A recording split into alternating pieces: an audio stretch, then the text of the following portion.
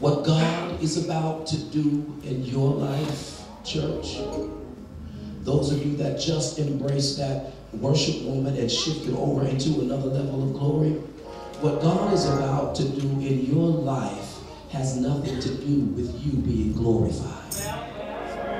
You're just a byproduct.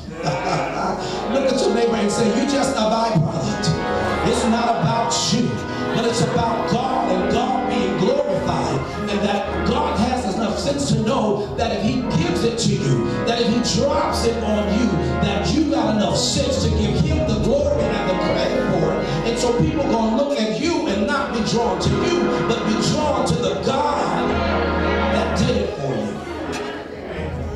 What God did at Carmel was not about Elijah. It was about Israel turning their hearts back to God. And as never before, God is looking for a 21st century worshiper that will be an example of his holiness, so that a dying world would turn their hearts back to God.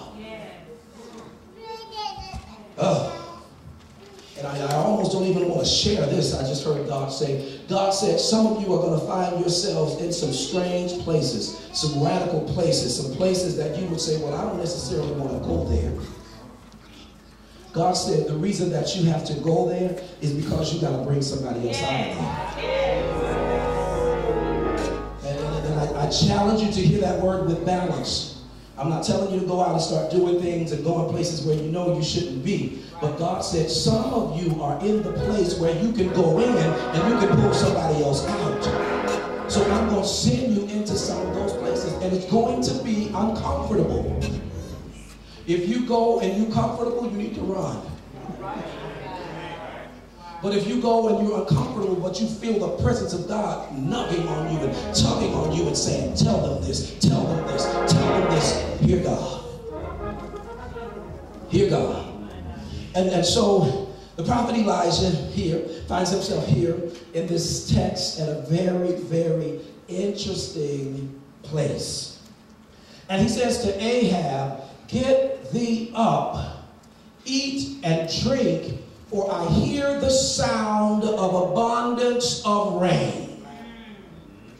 A very interesting place, a very serious place. It is the prophet Elijah that is armed with the benefit of having a history with God. Everybody say a history with God. Now, because he has a history with God, he's able to work through some things. Because he's been through the fire, been through some storms, been persecuted, been lied on, all of the things that we tend to not want to have to deal with. Me too, yeah. He has been through this. He has a history with God. He has just come off of Mount Carmel, where he just had this wonderful, wonderful experience with God. And so now his vision is pumped and he's clear, and I know in whom I serve. And so he says, go tell Ahab, get up, eat and drink, because I hear the sound of abundance of rain. Now, he just faced Carmel, which was an issue. Everybody say an issue. There was an issue there. But can I tell you, the issue at Carmel was not the main issue. God said, in order for you to deal with the main issue, you got to be able to work through the other little issues. And so the main issue in the text here is that the land was in a drought. And that in order for God to seize the drought, the nation had to turn their hearts and their minds and their souls back to God. And so he addressed that issue, and now here he is getting ready to address the main issue. And this victory that God is giving Elijah in the text, it is not an external victory. The victory that he gave him with Mount Carmel and the prophets of Baal was an external victory. But this victory that Elijah is about to get is a victory down on the inside. Well, Pastor Charles, how do you know that it was an internal victory that he was about to get? Because he said, tell Ahab that I hear the sound of abundance of rain. Well, they were in a drought, and there was no rain. So something had to be going on down on the inside of Elijah in order for him to get this miracle. And so what I'm trying to say to the worshipers that have gathered here today at Restoration is this next level of glory that God is getting ready to do in you. It's not an external thing, but it's an internal thing. And in order to get it, you got to go down on the inside. And as I said earlier, you can't look for God to do it the way he did it at Carmel, Elijah. I'm not going to give you this rain. This rain that you feel in your spirit is not coming like it came at Carmel. It is an outer victory.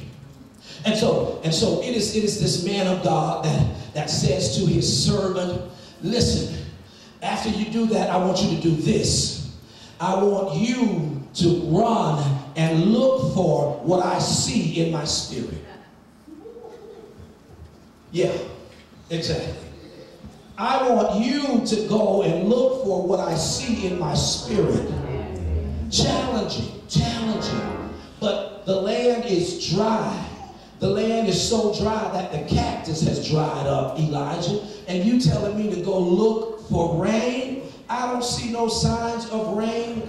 You know what? In the 21st century, you cannot afford to connect up with people that cannot connect with you in the spirit. You're trying to make fleshly connections because you can tell me what I want to hear, because you can tell me something good, because you can give me a temporary fix. But God says that if you are going to get this next miracle, anybody want it? God said if you're going to get it, you're going to have to hook up with people that can connect with you in the spirit and be able to see what you see, even though they don't physically see it. He tells him, you go and you see what hasn't happened yet.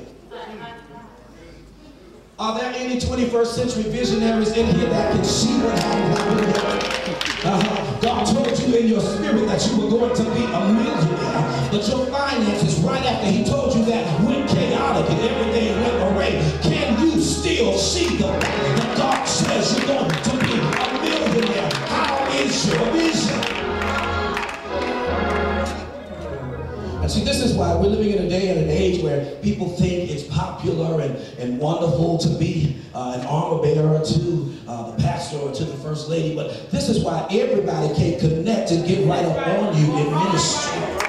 Because can I tell you that there are some days in ministry where you just don't see it. You don't see right before your eyes what God has said, but you know what God is telling you in your spirit.